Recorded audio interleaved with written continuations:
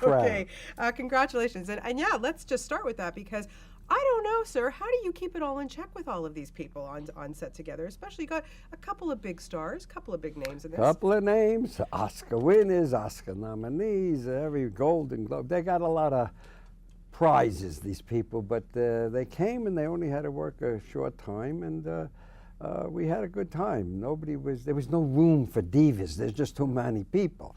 So everybody behaved quite well. Well, it's nice because you've got, you've been in the business a couple of years. Couple of years. Yeah. I'm 75 years old. I'm wearing makeup. What a business. You don't need any makeup, sir. You look great. But, is it the kind of thing where Garry Marshall picks up the phone and says, Julia, I want you in my film? Is it kind of a no-brainer that they're all going to show up?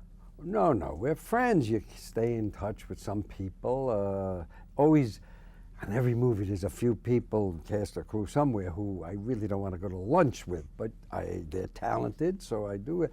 But there's a lot of people on a film where you want to go to lunch with them and keep in touch. And Julia and Annie I've kept in touch with. And Julia just had a slot. She was going to do Eat, Pray, Love, a gigantic picture. I said, Julia, you're going to wander around India with the 3 kids and your husband. This is in town. You come, you could go on a bicycle to work. And so she had an open slot, and she came in. And Annie, we always try to get together. Yeah, and then, of course, your good luck charm, Hector Elizondo. Somebody asked me, who did you have to have in the film? Hector was it. Once I had Hector, we're fine. We knew we don't know what he was going to play, but we knew he was coming. But it's nice, the cast is very flattering, and they say they came to work with me. I don't know if they thought I could go sort of like right in the middle of the picture, but we better work with Garry while he's around. Or I'm not that big, I got to be honest with you.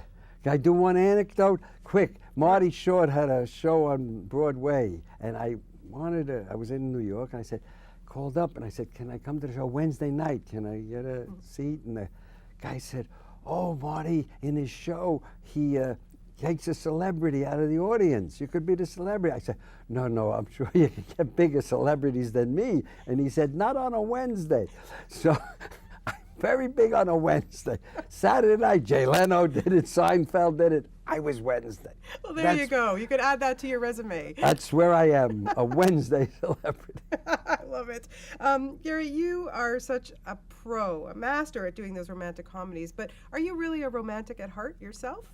Yeah, I am. I like nice Valentine music or soft music, and it's not so much romance as what does it mean, romance? Who knows? It means your heart goes boom, but it's about connecting with someone for the rest of your life, and that's a hard thing, or at least connecting with them for a year or two, and then you get divorced, but connecting is a big thing, so I love that part, and I try to do all the different types of stories and different ages. Love has no age limit, and so I am romantic. Every Valentine's Day, I get my wife a heart, and in 1 year, I don't know, 8 years ago, that heart that's in the picture, I bought her for Valentine's Day.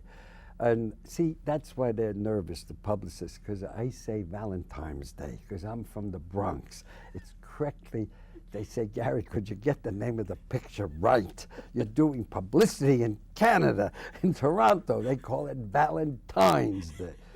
So I do celebrate it in my way, and when my sisters are dating badly, I send them a Valentine on certain years. Well, that's very thoughtful of you. But, you've been married, almost 47 years. It's a long time. That's wonderful. I mean, what's your secret, other than sending your wife a Valentine's? Well, my secret is I married a nice girl. She keeps it going. Well, the truth is my wife is a nurse. I'm a hypochondriac. We do it.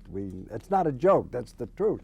So a lot of people really want to be married and want to celebrate their marriage. Some people say, well, it's a date, or I'm having fun, now I'm moving on.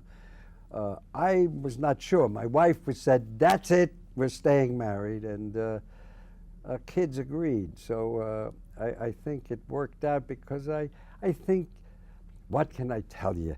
I'm Scorpio, I'm Italian, I have sisters, I have daughters. I get along with women, and the one I get along with best is my wife. Beautiful, that's so nice. You know what? My advice: What's your advice? marry kind. Forget sexy. Forget brilliant. Forget all the things. Forget rich. Get a kind person that'll last. And a sense of humor. Sense of humor is that's how you get through all the fights. 47 years, we still fight. Well, good. You need to do that. You have to. You know, aside from the veterans that are in this film, I'm looking at some of the young people, and you've really, you've given us great talent over the years. But working with the up and comers like Emma Roberts and Taylor Swift. I mean, this is her first feature film. What was your impression of that young lady? Well, I always look for somebody to bring up. I'm very good between 18 and 21. That age group I know well. And I was always looking for some new person to pop. I thought, geez, there's so many stars in this film who could pop. And along came Taylor Swift. To me, popped right out. Her first job as an actress. And I know she gets prizes and things, but this, she had to act. And we found a character, and we got Taylor out and worked with her. A lot of Taylors. Everybody else had a J. Jessica, Julia, Jennifer. You got to have a Jamie. A J worked in this film. But we took a chance on 2 Taylors. And, but I thought Taylor Swift was, to me, my most exciting thing. And I got another newcomer going in a movie, that's part of what I enjoy most about this business. Yeah, I have to ask you, aside from all the amazing movies you've given us, I mean, the TV shows, thank you. I mean, I grew up watching every single one of the shows that you've given us. What do you think of TV these days and where it's gone in reality TV? I mean, my God.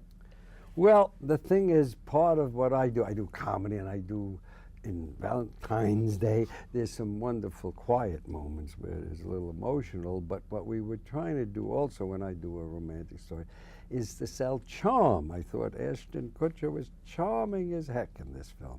And the only thing I miss in the reality shows is not much charm.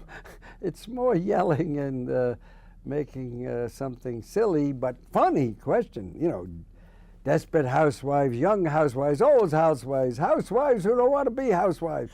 All seems to work.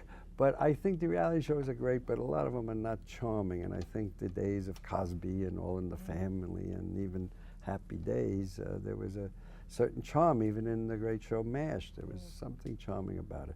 I don't see that so much in reality shows, but has other aspects of funny and, look, my neighbor's an idiot. That's a thing that is accessible, and people seem to like that. Yeah. Well, congratulations. You've done another great job, and it's always a pleasure to talk to you. Such an honor to me to talk to you. Thank you so much. Thank you. Thank you. I'm glad.